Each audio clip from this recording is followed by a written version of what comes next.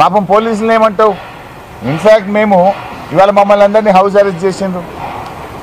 మరి ఇదే house arrest నిన్న గాంధీ గారిని చేసి ఉంటే ఇష్యూ జరుగునా?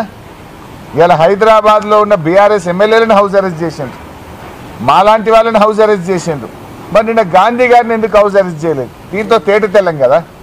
నువ్వే దాడి చేయమని గాంధీకి ఎస్కాట్లు ఇచ్చి పైలట్లు ఇచ్చి దగ్గరుండి నువ్వు దాడి చేయించినావు.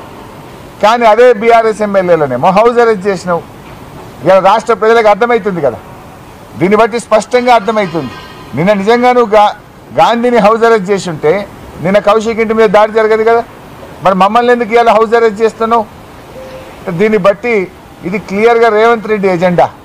ఇది గాంధీ గారు చేసిన దాడిగా మేము భావించడం లేదు, రేవంత్ రెడ్డి గారు చేయించిన దాడిగానే మేము దీన్ని చూస్తూ ఉన్నాం. ఇలా బాధ కలిగేది ఏంటంటే తెలంగాణ ఉద్యమంలో కూడా మా మీద ఈ రకమైన నిర్బంధాలు, ఈ రకమైన అణిచివేతలను 14 ఏళ్ల తెలంగాణ ఉద్యమంలో కూడా మేము చూడలేదు. కానీ రేవంత్ రెడ్డి పాలన ఎమర్జెన్సీని తలపించే విధంగా ఉంది.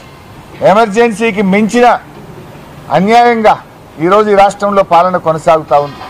వరద బాధితుల్ని ఆదుకోవడానికి మేము వెళ్తే మా మీద రాళ్ల దాడి చేస్తారు.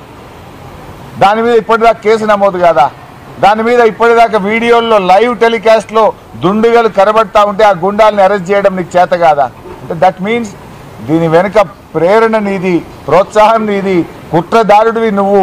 నీ యొక్క ఆలోచనకు అనుగుణంగానే ఇవన్నీ కూడా జరుగుతూ ఉన్నాయి అనేది ఇవాళ రాష్ట్ర ప్రజలకు చాలా స్పష్టంగా కూడా తెలుస్తూ ఉంది. నేను ఒకటే కోరుతా ఉన్నా,